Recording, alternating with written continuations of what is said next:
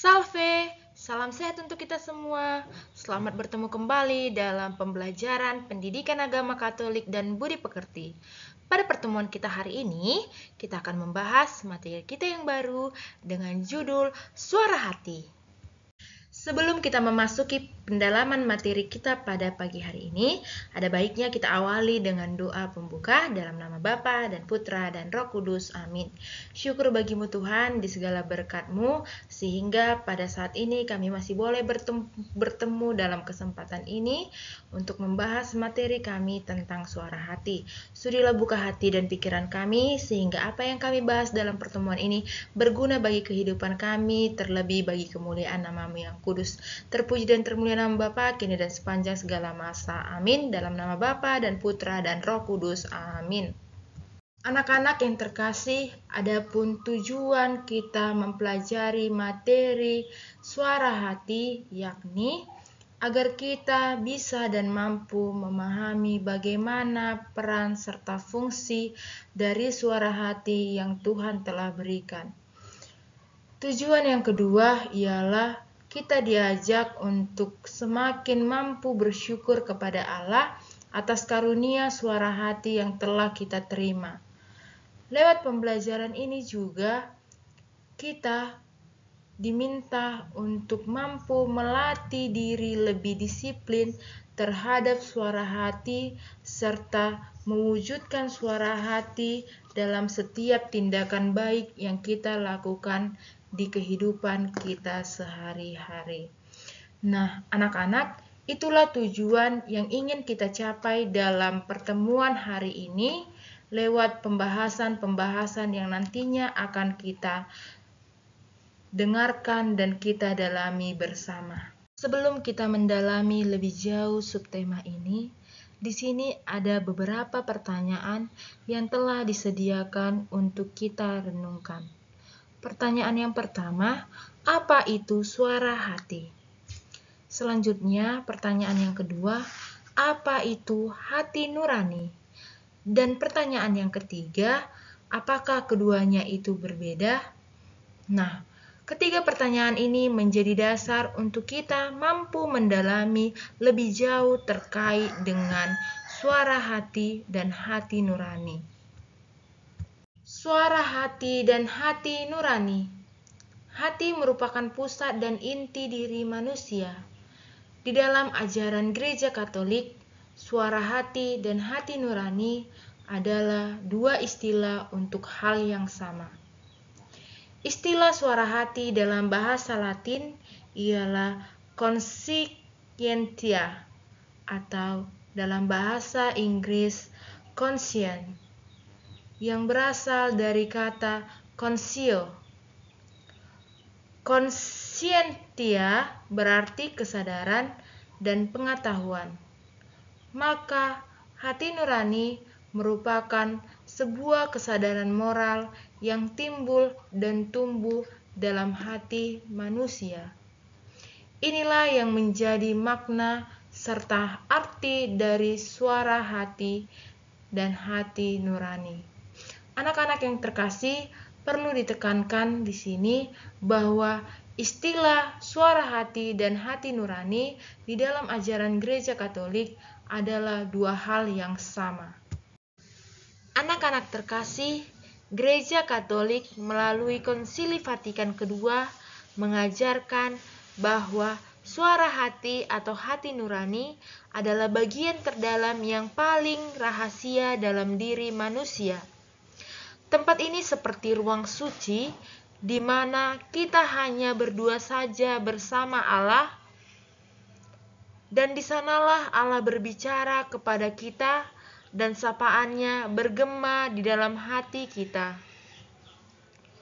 Konsili mengingatkan bahwa suara hati itu adalah suara Tuhan sendiri, yang menuntun kita untuk menjalankan dan melakukan hal yang baik serta menghindari sesuatu hal yang tidak baik.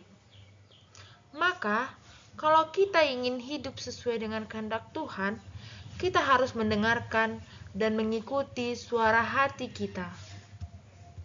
Selanjutnya, anak-anak, suara hati juga memiliki fungsi yang sangat penting dalam hidup kita. Adapun fungsi dari suara hati yang pertama, suara hati menjadi pengingat yang menuntun kita apakah kita sebaiknya melakukan sesuatu atau tidak melakukannya. Fungsi yang kedua ialah suara hati juga berperan sebagai hakim yang akan menilai dan mengadili tindakan kita. Apakah yang kita lakukan itu benar atau salah? Dan fungsi suara hati yang ketiga ialah suara hati membuat kita sadar akan nilai dan harga diri kita sebagai manusia yang mulia di hadapan Tuhan.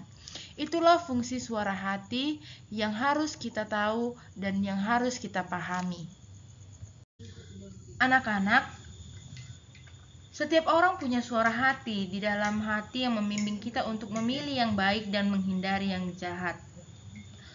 Nah, suara hati juga punya proses dalam hal menuntun kita sebelum, saat, dan sesudah kita bertindak. Kita akan melihat apa-apa saja proses suara hati, sehingga nantinya kita bisa membuat pilihan yang benar dalam hidup kita. Nah, proses suara hati yang pertama itu ialah sebagai petunjuk atau indeks. Ini terjadi sebelum kita bertindak, di mana suara hati mengingatkan bahwa ada perbuatan yang baik dan ada yang buruk. Proses suara hati yang kedua itu ialah sebagai hakim atau indeks. Ini terjadi saat kita akan bertindak atau saat-saat menjelang kita melakukan sesuatu, di mana suara hati memerintahkan kita atau menyuruh kita untuk melakukan yang baik dan melarang atau menghindari yang jahat. Proses suara hati yang ketiga adalah vonis atau vindex. Ini terjadi setelah kita bertindak atau setelah kita selesai melakukan suatu tindakan. Suara hati dalam hal ini menilai perbuatan kita.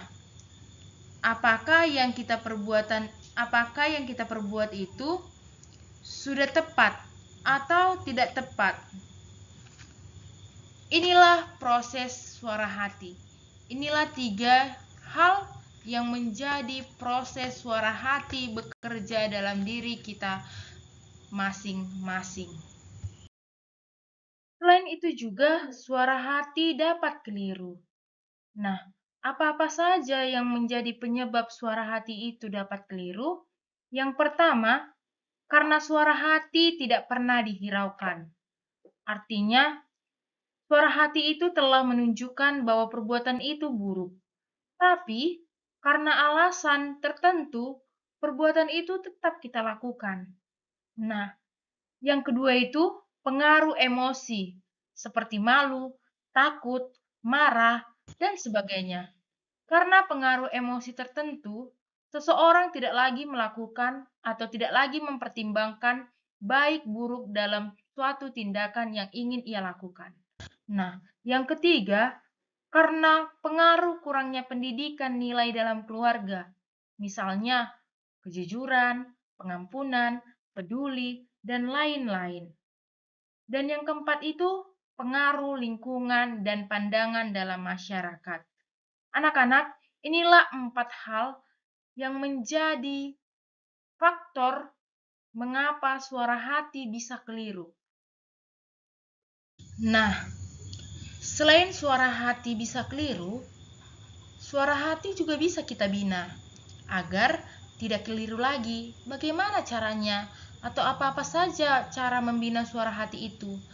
Yang pertama, kita bisa mengikuti suara hati dalam segala hal. Artinya, lebih peka dalam melihat, mendengarkan suara hati yang saat berbicara. Nah, yang kedua, mencari keterangan pada sumber yang baik. Kita bisa mengumpulkan sumber-sumber yang terpercaya untuk menambah wawasan kita terkait suara hati.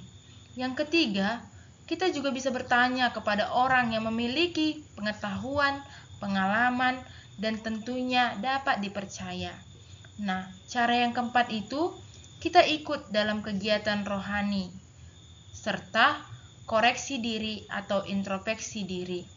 Nah, beberapa hal ini bisa menjadi cara kita untuk membina suara hati kita masing-masing.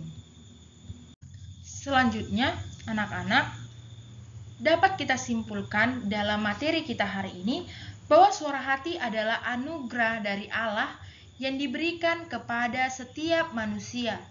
Untuk apa? Untuk membimbing hidupnya. Dengan suara hati, kita mampu membedakan mana yang baik, mana yang jahat, mana yang benar, dan mana yang salah. Proses suara hati berjalan dalam 3 tahap. Petunjuk atau indeks sebelum bertindak, hakim atau indeks saat akan bertindak, dan vonis, penilai setelah bertindak. Sebagai orang Kristiani, orang beriman, kita dipanggil untuk selalu melatih suara hati agar peka dan selaras dengan kehendak Allah melalui doa, pembacaan kitab suci, dan perbuatan kasih. Dengan begitu, suara hati menjadi kompas hidup yang menuntun kita untuk membuat keputusan yang benar, membentuk karakter yang jujur, dan menjaga martabat sebagai citra Allah. Inilah kesimpulan atau inti dari materi kita pada pertemuan hari ini. Kiranya dengan pembahasan pendalaman materi ini, kita mampu menerapkannya di dalam diri kita sehingga tujuan dari pembelajaran kita yang sudah kita dengarkan bersama di awal pembelajaran dapat tercapai. Demikianlah pendalaman materi kita pada saat ini.